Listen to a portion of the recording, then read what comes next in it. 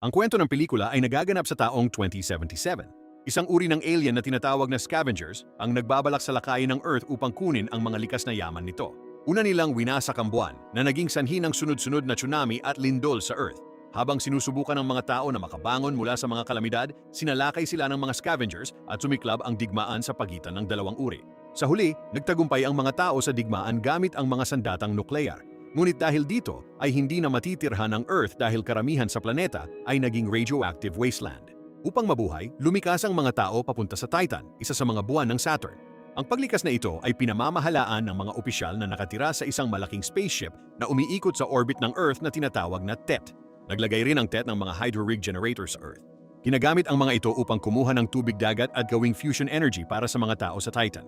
Ang huling dalawang taong naiwan sa Earth ay isang mag-asawa. Ang asawang lalaki na si Jack Harper at ang asawang babae na si Victoria. Nakatira sila sa isang tore na mataas sa ibabaw ng mga ulap. Pareho silang nagtatrabaho para sa TET at namamahala sa mga hydro-rig generator. Si Jack ay kilala bilang Tech 49 at bahagi ng kanyang trabaho ang pag-aayos ng mga drone, mga kagamitang dinisenyo upang hanapin at lipulin ang mga natitirang scavenger sa Earth.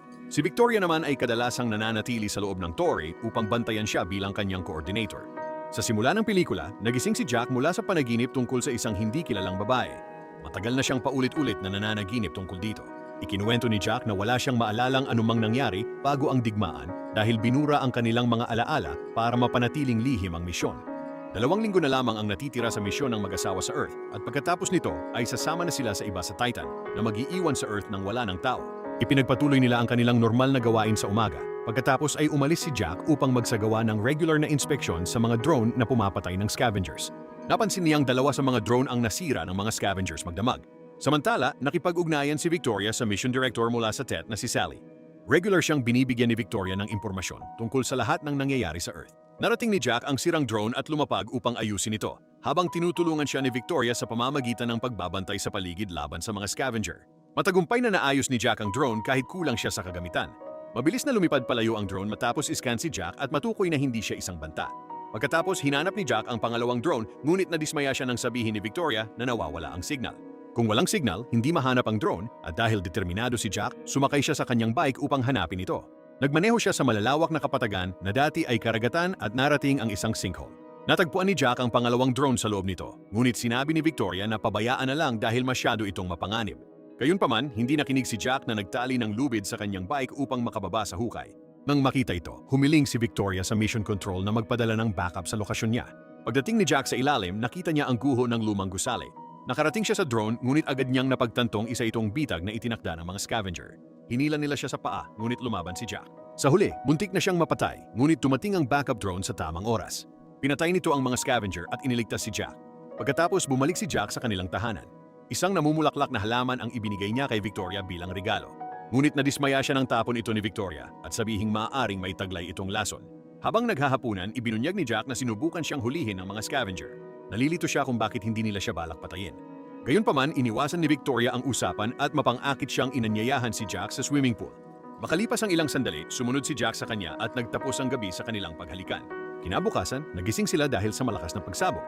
Agad na sumakay si Jack sa kanyang jet at nagtungo sa lugar kung saan nangyari ang pagsabog. Tinawagan ni Sally si Victoria at sinabi rito na nagkaroon ng meltdown ang isa sa mga hydro-rig at tuluyan na itong nasira. Habang papunta si Jack sa lugar, nakatanggap siya ng kakaibang radio signal mula sa hindi kilalang pinanggalingan. Naging interesado siya rito kaya tinungo niya ang pinagmumula ng signal. Narating niya ang mga guho ng Empire State Building na madalas niyang nakikita sa kanyang paulit-ulit na panaginip. Pinutol ni Jack ang isang kawad at pinahinto ang signal sa pag-aakalang ginagamit ito ng mga scavenger. Pagkatapos nagsagawa siya ng perimeter check at muntik nang makapasok sa radiation zone, isang lugar na bawal nilang puntahan. Bago bumalik sa bahay, nagtungo siya sa isang bahay sa gitna ng kagubatan na natagpuan niya sa isa sa kanyang mga ekspedisyon. Pumupunta siya rito tuwing nalulungkot siya at ginawa na niya itong parang sarili niyang tahanan gamit ang iba't ibang dekorasyon. Kalaunan ay nakatulog si Jack at napanaginipan muli ang isang hindi kilalang babae sa Empire State Building. Makalipas ang ilang sandali, nagising siya nang makita ang tila isang sasakyang bumabagsak mula sa langit, kaya mabilis siyang sumakay sa kanyang jet. Kasabay nito, kinontak siya ni Victoria upang ipaalam ang lokasyon ng bumagsak na sasakyan. Kinontak din ni Victoria si Sally na nagsabing huwag na nilang pansinin ang bumagsak na sasakyan dahil marami na silang pinagdaanang problema sa araw na iyon. Dahil sa utos na iyon, pinakiusapan ni Victoria si Jack na bumalik na sa bahay ngunit hindi siya nakinig at lumapag sa crash site. Doon, napansin niyang ang kapsula ay isang kagamitang mula pa bago ang digmaan. Isang naguguluhang Jack ang nakakita ng mga hibernation pod na may mga taong nasa loob.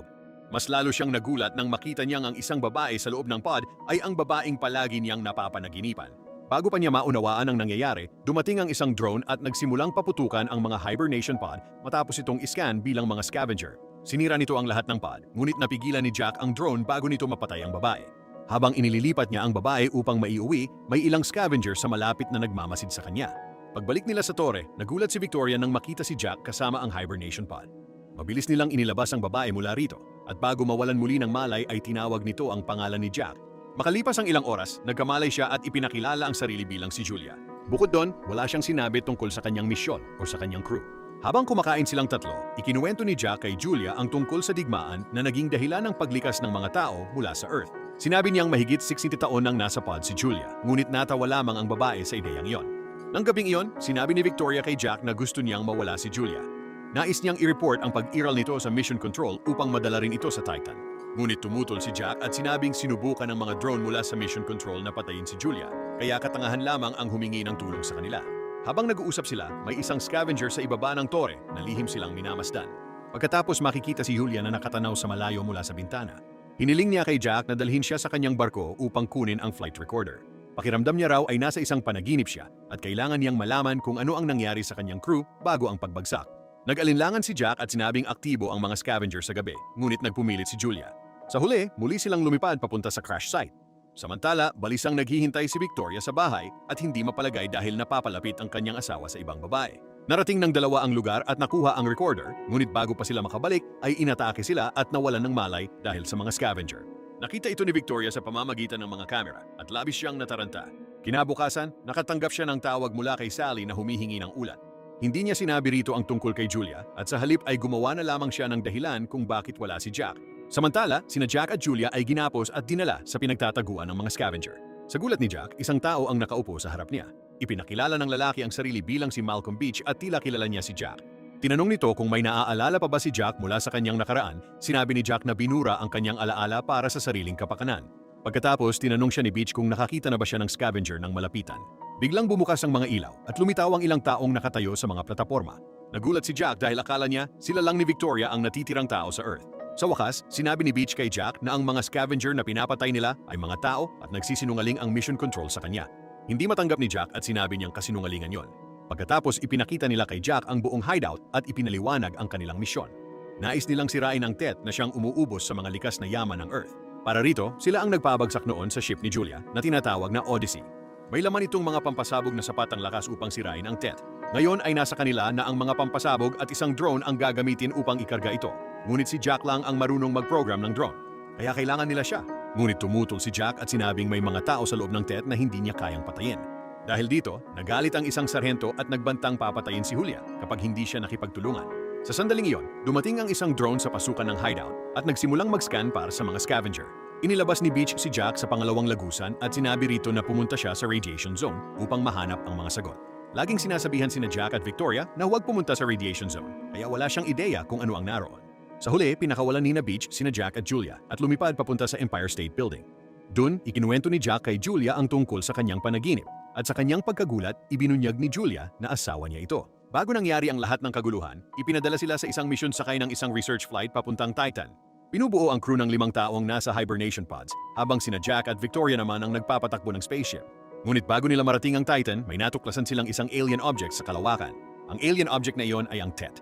Wala nang maalala si Julia tungkol sa mga sumunod na nangyari, ngunit nagsimulang maalala ni Jack ang panahon kung kailan nagmamahalan sila ni Julia. Lumapit sila sa isa't isa upang maghalikan, ngunit naudlot ito nang dumating ang jet ni Jack upang sunduin sila. Nakita ni Victoria sa camera ang pagiging malapit ng dalawa at labis siyang nasaktan. Pagbalik ni na Jack at Julia sa tore, tumanggi si Victoria na papasukin sila. Inireport niya si Julia sa mission control at sinabi niyang hindi nakarapat-dapat si Jack sa serbisyo. Sa ikinagulat nila, nagpadala ang mission control ng isang drone upang patayin silang dalawa dahil wala na silang silbi. Napatay ng drone si Victoria, ngunit naligtas si Jack sa huling sandali. Tumakas sina Jack at Julia mula sa tore, ngunit hinabol sila ng mga drone. Nagkaroon ng matinding labanan sa himpapawid at bumagsak ang kanilang jet sa radiation zone. Nang makabawi si Jack, nakita niyang may isang jet na lumilipad sa ibabaw niya. Sa kanyang matinding pagkagulat, isa pang Jack ang lumabas mula rito. Pareho silang lubos na nagulat nang makita ang isa't isa.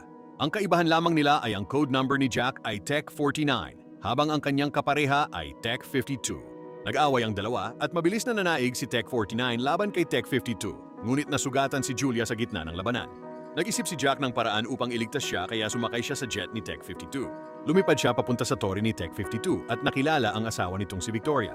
Kumuha siya ng isang healing device mula sa torre at bumalik kay Julia upang iligtas siya. Hindi maunawaan ni Jack na sa likod pala ng radiation zone ay may isa pa niyang kapareho na namumuhay ng kaparehong buhay niya. Pagkatapos nito, nagtungo sila ni Julia sa Fap Hut ni Jack, ang bahay sa tabi ng lawa na madalas niyang puntahan. Kinabukasan, bumalik sila sa hideout ng mga scavenger at muling nakipagkita kay Beach. Sa wakas, ibinunyag ni Beach na ang TET ay isa palang matalinong alien device na naglalakbay sa buong kalawakan upang magnakaw ng mga likas na yaman mula sa iba't ibang planeta. Matagal na nitong minamanmana ng Earth. Inatake ng TET ang barkong sinasakyan ni Julia at Jack, ngunit nagawa ni Jack na ihiwalay ang kapsulang may mga hibernation pod bago sila nahuli ni Victoria. Pagkatapos noon, gumawa ang TET ng maraming bersyon ni Jack at Victoria at ipinadala ang mga ito sa Earth upang sakupin ang sangkatauhan. Binura ang kanilang mga alaala upang hindi nila questionin ang misyon. Ngunit nakita ni Beach si Jack na iniligtas si Julia at naunawaan niyang iba ito. Sa huli, tinanggap niya si Jack pabalik sa panig ng mga tao. Ngayon, inaayos ni Jack ang drone na gagamitin upang dalhin ang mga pampasabog papunta sa TET at sirain ito. Ngunit bago pa nila ito mailunsad, inatake sila ng 3 pang drone. Nagkaroon ng matinding labanan sa pagitan ng grupo ni Beach at ng mga drone at karamihan sa kanilang mga kasamahan ay napatay. Sa huli, si Beach ay malubhang nasugatan at ang drone na sana'y gagamitin ay tuluyan ding nasira. Si Jack ang umako ng responsibilidad na dalhin ang mga pampasabog papunta sa TET. Pumilit si Julia na sumama kaya inilagay siya ni Jack sa isang hibernation pod at sila ay lumipad papunta sa TET. Sa biyahe, pinakinggan ni Jack ang flight recording mula sa barko ni Julia. Habang pinapakinggan niya ito, unti-unti niyang naaalala ang mga nangyari sa barko bago sila nahuli sa kasalukuyan. Sa wakas, narating ni Jack ang TET at kusang bumukas ang mga pintuan upang siya'y makapasok. Sa loob, nakita niya ang libu-libong Jack na ginagawa sa mga incubation pod. Sa wakas, humarap siya sa TET na isang hugis triangular na aparato. Binuksan ni Jack ang hibernation pod sa harap nito at doon lumabas si Beach. Iniwan niya si Julia na ligtas sa lake house at si Beach ang dinala niya upang hindi mahalata ng TET ang kanyang tunay na plano. Sa huli, pinagana niya ang pagsabog at winasak ang alien device na nagligtas sa sangkatauhan at sa mga likas na yaman ng Earth. Ngunit kapwa namatay sina Jack at Beach sa pagsabog. Paglipas ng 3 taon, nanganak si Julia ng anak na babae ni Jack at nananatili silang naninirahan sa lake house. Isang araw, nilapitan sila ng mga nakaligtas na tauhan ni Beach. Kasama rin nila ang Jack mula sa Tech-52. Nagtatapos ang pelikula sa kanilang pagtingin sa isa't isa ni Julia. Mag-subscribe para sa mas maraming ganitong videos, i-on ang notifications at mag-like para masuportahan ang channel. Salamat sa panonood.